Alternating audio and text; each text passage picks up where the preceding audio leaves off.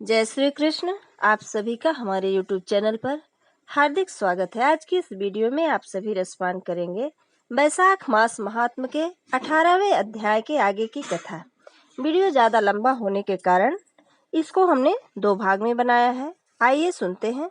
ऐसा कहकर वह सुनैनी पद की सेवा करने लगी। वह साध्वी बंधुओं और पिता से धन लाकर क्षीर सागर निवासी अपने पति भगवान का चिंतन करने लगी।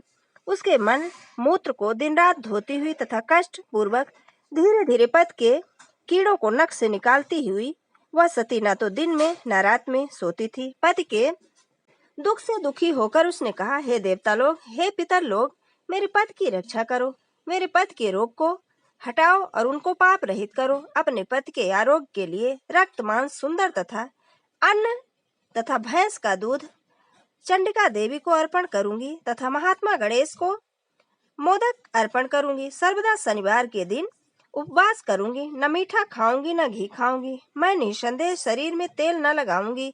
मेरा पति रोगहीन होकर 100 बरस जिए, ऐसी प्रार्थना कर प्रतिदिन देवी से कहती थी। तब वैशाख महीने के संध्या के समय गर्मी से व्याकुल देवल नाम के महात्मा मुनि उसके घर पर पधारे। तब उस स्त्री ने कहा कि घर पर वैद्य आया है, उसी से रोग हटाया जाएगा, अतएव मैं उसका आतिथ्य सत्कार करूंगी। मुझको धर्म विमुख जानकर वैद्य को छल से ठग लिया। उसका पैर धोकर उसने उस जल को अपने शरीर पर छिड़का। गर्मी की शांति के लिए उस महात्मा को शरबत पिलाया। उसकी आज्ञा से अपने धूप और गर्मी की शांति की। प्रातः काल सूर्य उदय होने पर वह मुनि यथास्थान चले गए। कुछ दिन बाद तुझे सन्निपात हो गया। तुमने त्रिकूट पिलाई तथा अपनी स्त्री की अंगुली दांत से काट लिया। तब तेरे दांतों में एकाएक क्लेश हो गया। वह कोमल अंगुली का टुकड़ा मुख में रह गया। अंगुली काटकर तो उसी क्षण मृत्यु को प्राप्त हुआ।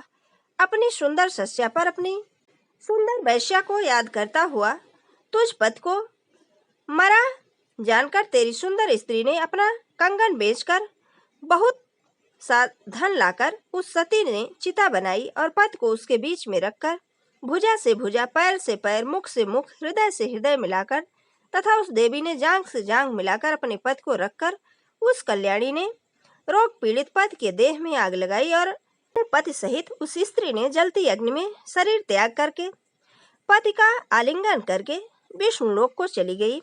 पानी के दान से तथा वैशाख मास में पैर धोने से योगियों से भी अभाग्य गति उसने प्राप्त किया। तूने अंतकाल में वैश्या की चिंता किए, अतएव देह त्यागने पर सत्कर्मों से उत्पन्न मुक्ति को नहीं पाया तथा तू घोर रूप हिंसात्मक सबको दुख देने वाला व्याघ्र जन्मा। तूने सचमुच वैशाख महीने में शरबत पिलाने की आज्ञा दिया। तूने बहाने से आज्ञा दिया तथा अतएव मुझको ऐसी अच्छी बुद्धि हुई कि तूने सब कल्याण का कारण पूछा।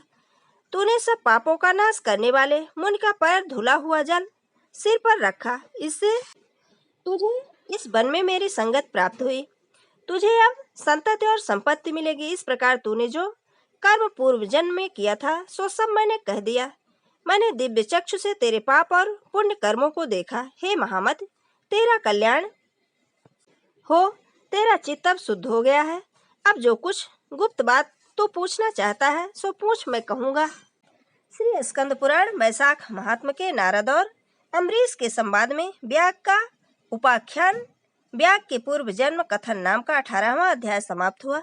अगर हमारा ये वीडियो आपको अच्छा लगे तो लाइक जरूर करें और मित्रों के बीच में शेयर करना बिल्कुल न भूलें। जय श्री कृष्ण। धन्यवाद।